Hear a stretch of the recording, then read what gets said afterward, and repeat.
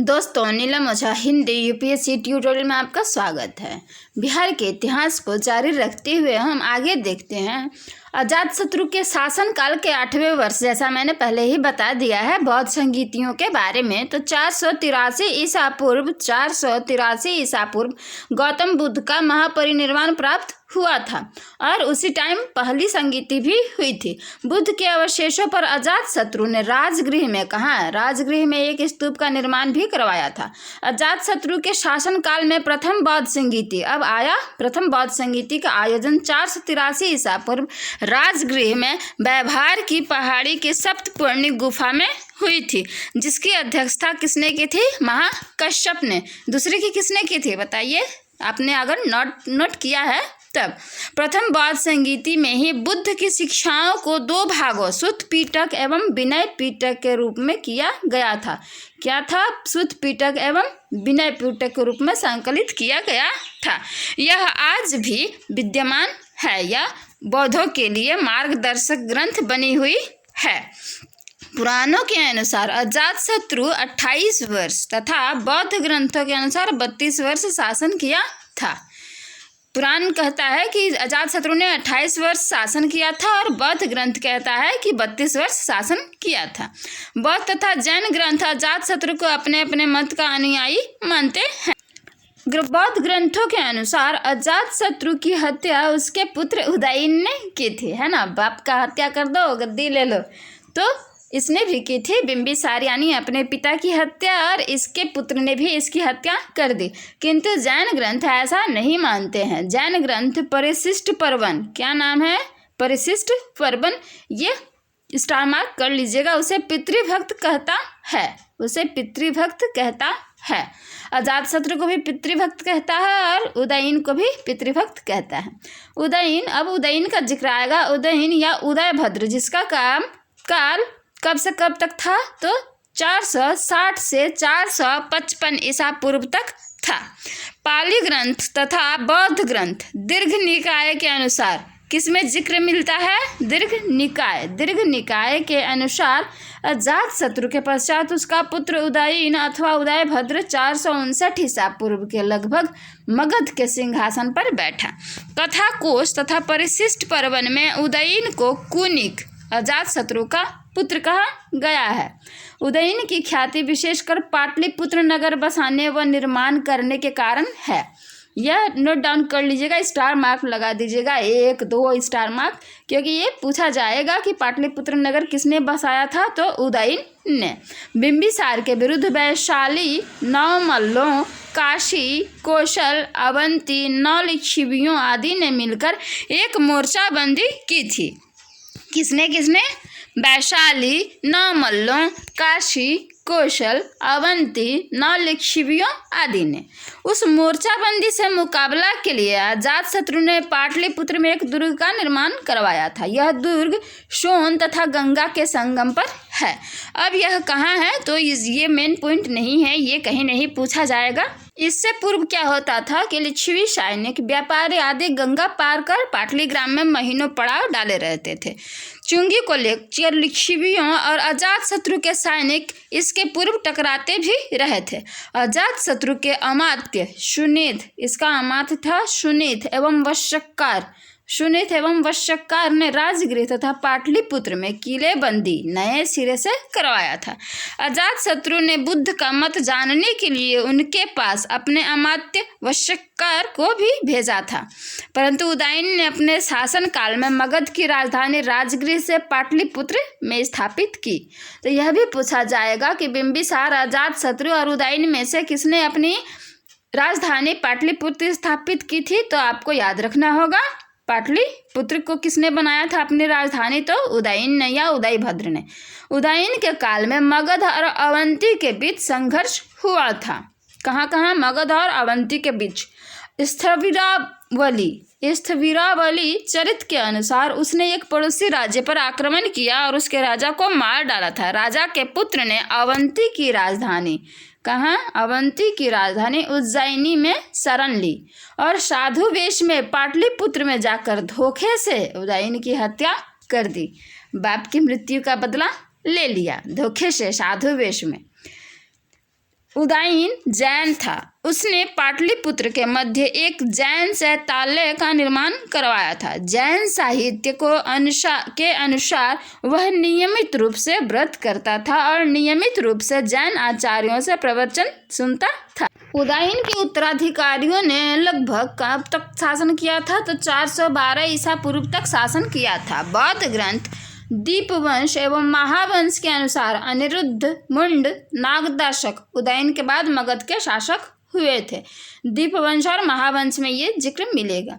इन तीनों ने क्रम से अपने पिता की हत्या कर मगध सिंहासन हस्तगत किया था। मार डालो और राज करो, अजीब हालत। उदयन के उत्तराधिकारी अनिरुद्ध का सारा कार्यकाल लिच्छवियों के ही मामलों को सुलझाने में व्यतीत किया था। नागदाशक का जिक्र आया। नागदाशक या दर्शक 518 से 412 ईसा पूर्व। नागदाशक हर्यक वंश का अंतिम शासक था। नागदाशक था अंतिम शासक, ठीक है। ईसा पूर्व 8वीं सदी के उत्तरार्ध संभवतः 412 ईसा पूर्व। कब? 412 ईसा पूर्व काशी का राजा शिशुनाग था।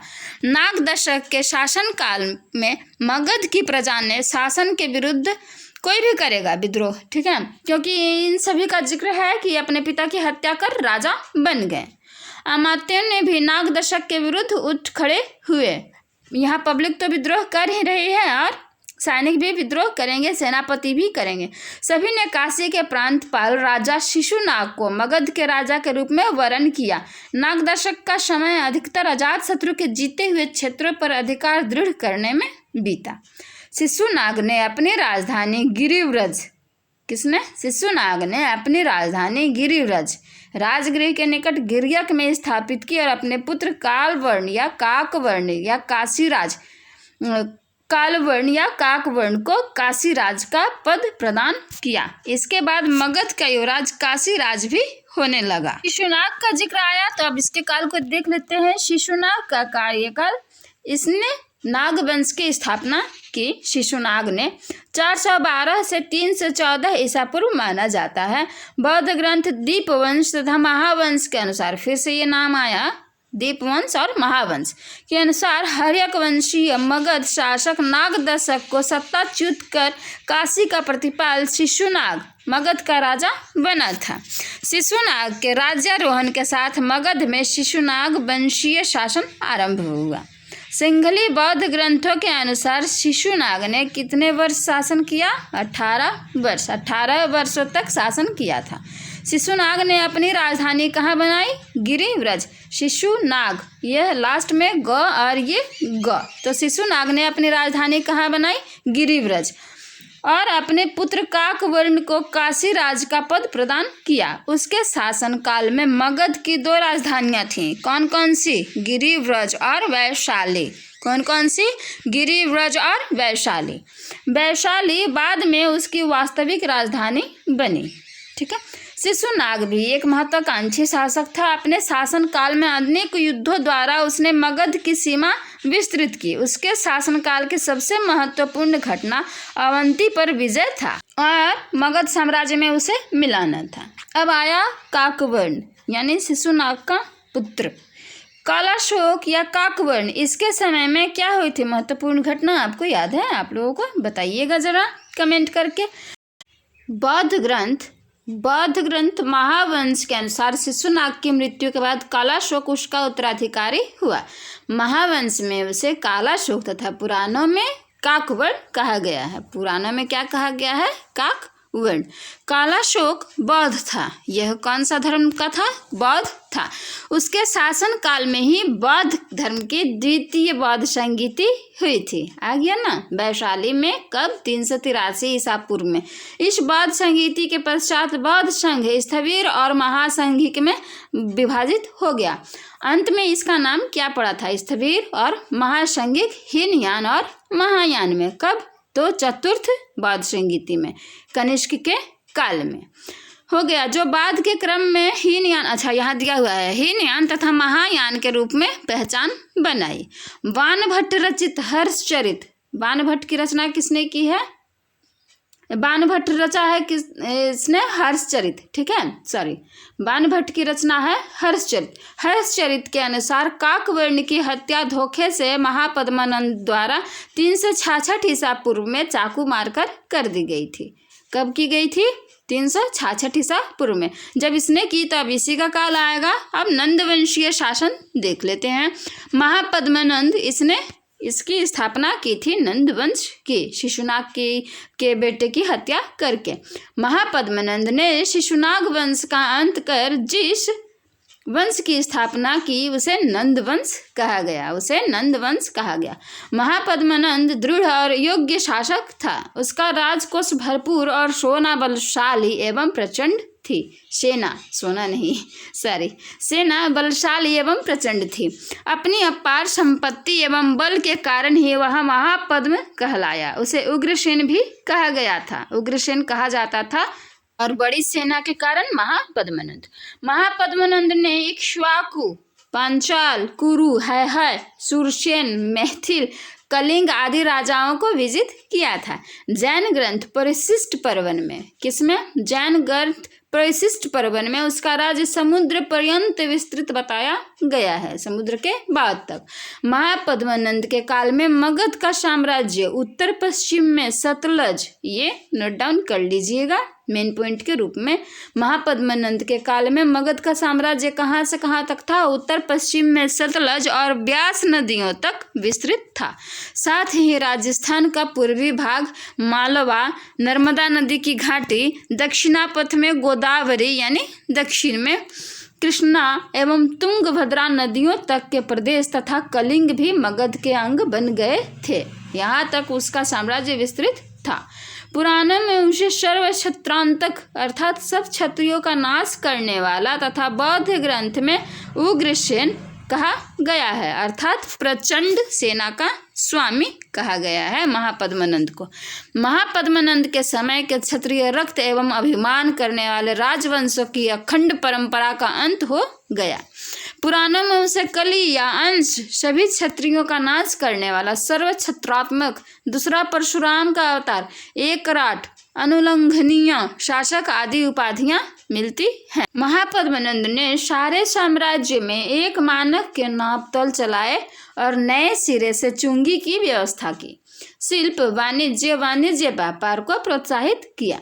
खारबेल के हाथी गुम्फा में, कहाँ? खारबेल के हाथी गुम्फा में अभिलेख से महापद्मानंद द्वारा कलिंग विजय, जैन मुनि जिनसेन की एक जैन तीर्थंकर की प्रतिमा उठा ले जाने, चोर भी था, उठा ले जाने तथा कलिंग में एक नहर निर्माण करवाने की जानकारी प्राप्त होती है। मत्स्य पुराण के अनुसार महापद्मानंद ने कब तक शासन किया था? 28 वर्ष तक। बौद्ध ग्रंथ महाबोधि वंश में, किसमें? बौद्ध ग्रंथ महाबोधि वंश में नंद शासकों के नाम इस प्रकार मिलते हैं।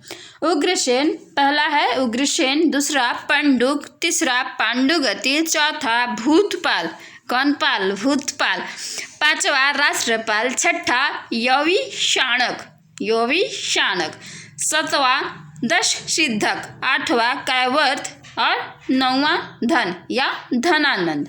तो इन सभी का जिक्र नहीं मिलेगा। महापद्मानंद के बाद घनानंद का जिक्र मिलेगा। अब धनानंद को देख लेते हैं। नंद वंश का अंतिम शासक धनानंद था, जो सिकंदर का समकालीन था। यह भी मेन पॉइंट है। सिकंदर का समकालीन कौन था? तो धनानंद था। यूनानी लेखकों ने अग्रमीज यानी उग्रसेन का पुत्र कहा है, जिसके पास अपार अचल संपत्ति थी। यह गंगा की तलहटी में छिपा करके रखता था ना 80,000 करोड़ की संपत्ति। यूनानी लेखक कर्टियस लिखता है कि धनानंद के पास क्या क्या था? 20,000 अश्वारोही, 2 लाख पैदल सेना, 20,000 अश्वारोही, 2 लाख पैदल सेना, 2,000 रथ, 3,000 हाथी थे। इसी कारण सिकंदर की सेना भी धनानंद की सैन्य शक्ति से भयभीत हो गई। भद्रशाल धनानंद का सेनापति था। भद्रशाल था इसका सेनापति। धनानंद का साम्राज्य उत्तर हिमालय से लेकर दक्षिण में गोदावरी नदी तक तथा पश्चिम में सिंधु नदी से लेकर पूर्व में मगध तक फैला हुआ था।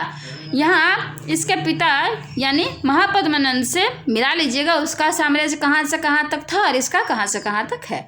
धन एकत्र करने की अपार लालसा के कारण यह तो कहीं पूछा जाएगा है नहीं, उसका नाम धननंद पड़ा। उसने 80 करोड़ की धनराशि, आ गया ना 80 करोड़ की धनराशि गंगा नदी के तल में एक चट्टान की गुफा में छुपा रखी थी।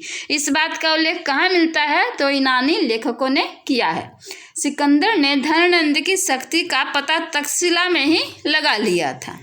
ग्रीक इतिहासकारों ने धननंद को अग्रमीश अथवा जैंद्रमीश कहा है। अब नंद वंश का जिक्र आता है, कहा जाता है कि चाणक्य धननंद के दरबार में गए थे तो वहाँ उनका अपमान हुआ था, तभी से उन्होंने अपनी चोटी नहीं बांधी थी, खोली थी और कहा था कि जब तक इस अपमान का बदला ना लेंगे अस्त्र से ना बैठेंगे ना ही चोटी बांधेंगे। तो उसके बाद उन्होंने मौर्य वंश की स्थापना की, नंद राजाओं की। उसके बाद अभी इसे पहले देख लेते हैं, इसके बाद मौर्य वंश पे जाएंगे। नंद राजाओं की जैन अभिरुचि उनके कल्पक और शाल्टल जैसे जैन मंत्रियों से सिद्ध होती है कि नंद शासक जैन धर्मावलंबी थे। पुराणों के अनुसार महापद्मानंद ने 28 वर्ष और उसके उत्तराधिकारियों ने 12 वर्ष राज्य किया। सिंगली बौद्ध ग्रंथों के अनुसार सारे नंदों की सम्मिलित राज्यावधि केवल 22 वर्ष ही दी हुई है। नंदों का राजकुल संभवतः 321 से 322 ईसा पूर्व नष्ट हो गया। नंद वंश का राजनैतिक महत्व यह है कि नंद राजाओं ने भारत का बहुत बड़े भाग पर शासन स्थापित किया और एक राजनीतिक एकता स्थापित करने का सूत्रपात भी किया। मगध आर्थिक दृष्टि से समृद्धशाली साम्राज्य था। महापद्मानंद ने व्याकरणाचार्य पाणिनि को पुरुषपुर जो पेशावर में स्थित था से पाटलिपुत्र आमंत्रित किया था। किसे? पाणिनि को। व्याकरण की रचना उन्होंने की थी। नंद शासक जैन मत के पोषक थे। इसकी पुष्टि विशाख दत्त की मुद्रा राक्षस से भी होती है। उसके बाद आएगा मौर्य वंशीय शासन। मौर्य वंश की तो हम लोग सभी जानते हैं कि मौर्य वंश की स्थापना किसने की थी? तो चंद्रगुप्त मौर्य ने 321 से 298 ईसा पूर्व। कब से कब तक? 321 से 298 ईसा पूर्व तक चंद्रगुप्त मौर्य का काल माना जाता है। मौर्य राजवंश का संस्थापक चंद्रगुप्त मौर्य था। धननंद को पराजित कर सत्ता आसीन की थी। धननंद पर चंद्रगुप्त की विजय गाथा का वर्णन नाटककार विशाख दत्त द्वारा रचित मुद्रा राक्षस में वर्णित है। यह मेन पॉइंट में नोट कर लीजिएगा। यह पूछा जाएगा कि किसमें मिलता है चंद्रगुप्त और धननंद पर विजय प्राप्त करने के चंद्रगुप्त की कहानी? तो विशाख दत्त द्वारा रचित मुद्रा राक्षस में। चंद्रगुप्त मौर्य अपने गुरु विष्णुगुप्त चाणक्य की सहायता से मगध के राज सिंहासन पर कब बैठा था? 321 ईसा पूर्व में। 321 एकदम सीढ़ी उतरते जाइए गिनती में। 321 321 ईसा पूर्व में सत्तारूढ़ हुआ था। वह प्रथम भारतीय राजा था जिसने बृहत्तर भारत पर अपना शासन स्थापित किया था। यूनानी लेखक जस्टिन ने चंद्रगुप्त, जिसे एंड्रोकोटस भी कहते थे, वह एक साधारण परिवार से था। विविध साक्ष्यों के आधार पर, अच्छा यह सब तो कहीं आएगा नहीं कि क्या था वो, मौर्य था, शिकारी बच्चों का था, क्या था। तो मन करे तो आप लोग वीडियो पॉज करके ये पढ़ सकते हैं। मेरा काम है मेन पॉइंट बता देना। चाणक्य ने ही उससे क्या किया था? शिक्षा दीक्षा दिलवाया था प्रख्यात विद्यापीठ में और अपने लिए यूज किया था। इस तरह चाणक्य ने, ऊपर देख लीजिएगा, चंद्रगुप्त मौर्य के जीवन की धारा को एक नई दिशा में मोड़ा और राजा बना दिया। ऐसा जैन श्रुतियाँ कहती हैं, अनुश्रुतियाँ हैं, जनश्रुतियाँ हैं। बौद्ध ग्रंथ महावंश टीका से पता चलता है कि तक्षशिला में चंद्रगुप्त की शिक्षा समाप्त हो जाने के बाद चाणक्य तथा चंद्रगुप्त दोनों विभिन्न स्थानों से सेना के लिए सैनिक ढूंढने निकल पड़े। चंद्रगुप्त का विवाह किससे हुआ था? सेल्यूकस निकेटर की अपनी पुत्री सेल्यूसिया से। क्यों हुआ था? सेल्यूकस क्या था? सेल्यूकस निकेटर सिकंदर का सेनापति था जिसने उसे अगला कार्यभार सौंप करके चला गया था। सेल्यूकस निकेटर हारा तो अपनी बेटी का विवाह इससे कर दिया। और दहेज में क्या क्या दिया? काबुल, कांधार, मकरान और हेरात। इसका भी जिक्र शायद नीचे मिलेगा ही। इस वैवाहिक संबंध का विस्तृत उल्लेख केवल एपियानस ने किया है। प्लूटार्क के अनुसार चंद्रगुप्त मौर्य ने सेल्यूकस को 500 हाथी उपहार में दिए। सेल्यूकस ने चंद्रगुप्त मौर्य को ये आ गया है ना, मौर्य को दहेज में 4 राज्य प्रांत, एरिया जिसे हेरात कहेंगे, एरिया, हेरात, आराकोशिया, कांधार, जेड्रोसिया, मकरान, पेरिपिनिसदाई, काबुल। क्या क्या? एरिया, हेरात, अराकोशिया, कांधार, जेड्रोसिया, मकरान और पेरिपिनिसदाई, काबुल प्रदान किए। सेल्यूकस ने अपने एक राजदूत मेगास्थनीज किसके दरबार में आया था? चंद्रगुप्त मौर्य के। ये तो सबको याद ही होगा। उसके दरबार में भेजा। इस तरह चाणक्य और चंद्रगुप्त 325 से 323 ईसा पूर्व तक 2 वर्ष युद्ध में ही उलझे रहे। यूनानियों को पराजित करने के पश्चात चाणक्य और चंद्रगुप्त संपूर्ण उत्तरी भारत और मध्य भारत आधिपत्य करते हुए मगध पहुंचे और पाटलिपुत्र को घेर लिया। युद्ध में मगध सम्राट घनानंद को मारा गया, वह मृत्यु को प्राप्त हुआ। प्रजा भी उससे घृणा करती थी क्योंकि वो थोड़ा क्रूर था। इस तरह चंद्रगुप्त मौर्य 321 ईसा पूर्व में मगध के सिंहासन पर आसीन हुए। मिलिंद पन्हों में नंद और चंद्रगुप्त के बीच युद्ध का वर्णन प्राप्त होता है। यह मिलिंद पन्ह किसकी रचना है? यह भी मुझे कमेंट में चाहिए आप लोगों के द्वारा। चंद्रगुप्त मौर्य जैन था। क्या था? किस धर्म का अनुयायी था? यह जैन था। उसके शासन काल के दौरान जैन था, इसलिए अंत में इसने संलेखना विधि के द्वारा प्राण त्याग किया था, है ना। संलेखना मीन्स खाना पीना नहीं खाएंगे, अन्न जल का त्याग कर देंगे, जंगल में चले जाएंगे। उसके शासन काल के दौरान ही प्रथम जैन संगीति का आयोजन पाटलिपुत्र में जैनाचार्य स्थूलभद्र, स्थूल नहीं था होना चाहिए यहाँ, स्थूलभद्र की अध्यक्षता में हुई थी। कब हुई थी? कौन सी संगीति? जैन संगीति। वो बौद्ध संगीति नहीं, बौद्ध संगीति हुई थी 483 ईसा पूर्व में। किसके काल में? अजात शत्रु। तो यहाँ जैन संगीति हुआ था। कहाँ? पाटलिपुत्र में। किसकी अध्यक्षता में? स्थूलभद्र की अध्यक्षता में। उस समय राजा कौन था? चंद्रगुप्त मौर्य। इस संगीति के पश्चात 14 पूर्वों, जिसे पुरानी जैन स्मृतियां कहा जाता था, 14 पूर्वों के स्थान पर 12 अंगों की रचना की गई। 12 अंगों की रचना की गई प्रथम जैन संगीति में। पाटलिपुत्र वाचना के नाम से जाना गया, जो पाटलिपुत्र वाचना के नाम से जाना गया 12 अंग। इसके पश्चात ही जैन धर्म में विचारों को लेकर श्वेतांबर एवं दिगंबर में विभाजित हो गया। ठीक है। चंद्रगुप्त मौर्य के समय ही अभिलेखों से पता चलता है कि मौर्यकालीन बिहार की भाषा प्राकृत क्या थी? प्राकृत एवं लिपि ब्राह्मी थी। चंद्रगुप्त मौर्य के समय के अभिलेखों से पता चलता है कि मौर्यकालीन बिहार की भाषा क्या थी? प्राकृत एवं लिपि ब्राह्मी थी। चंद्रगुप्त अपनी वृद्धावस्था में अपने गुरु भद्रबाहु के साथ कर्नाटक के जैन तीर्थ स्थल, कहाँ? श्रवणबेलगोला आ गया ना, संलेखना विधि का उल्लेख, संलेखना पद्धति, श्रवणबेलगोला में रहने लगा और वहीं जैन परंपरा अनुसार संलेखना पद्धति से उसने 298 ईसा पूर्व देह त्याग कर दिया। इस बात का उल्लेख कहाँ मिलता है? राजावली कथा में। जैन ग्रंथ है राजावली कथा। आपसे पूछा जाएगा कि देह त्याग, संलेखना विधि से देह त्याग चंद्रगुप्त किया था, तो उसका जिक्र कहाँ है? तो जैन ग्रंथ राजावली में। ये राजा और राजावली। यूनानी ग्रंथों में चंद्रगुप्त मौर्य के 3 नामों का उल्लेख मिलता है। सेंड्रोकोटस, इस शब्द का प्रयोग स्ट्रैबो एरियन जस्टिन ने किया है। सेंड्रोकोटस कहा है किसने? स्ट्रैबो एरियन जस्टिन ने। एंडोकोटस, इस नाम का प्रयोग एपियानस और प्लूटार्क ने किया। कोटस, सेंड्रोकोटस, एंड्रोकोटस, ठीक है। फिर एंड्रोकोप्टस, थोड़ी सी नाम इधर का उधर कर दीजिए और याद रखिए, इस नाम का प्रयोग नियार्कस ने किया है। एंड्रोकोप्टस किसने कहा? नियार्कस ने, नियार्कस ने। ठीक है। 28 फरवरी 1793 को सर विलियम जोन्स ने रॉयल एशियाटिक सोसाइटी के सम्मुख बताया कि ये तीनों नाम चंद्रगुप्त मौर्य के ही हैं, महान कार्य। आज के लिए बस इतना ही। तब तक पढ़ते रहिए, हंसते रहिए, मुस्कुराते रहिए, याद करते रहिए और फिर हमें भी याद करते रहिए। अगले वीडियो में फिर मिलेंगे, तब तक के लिए बाय बाय, टेक केयर।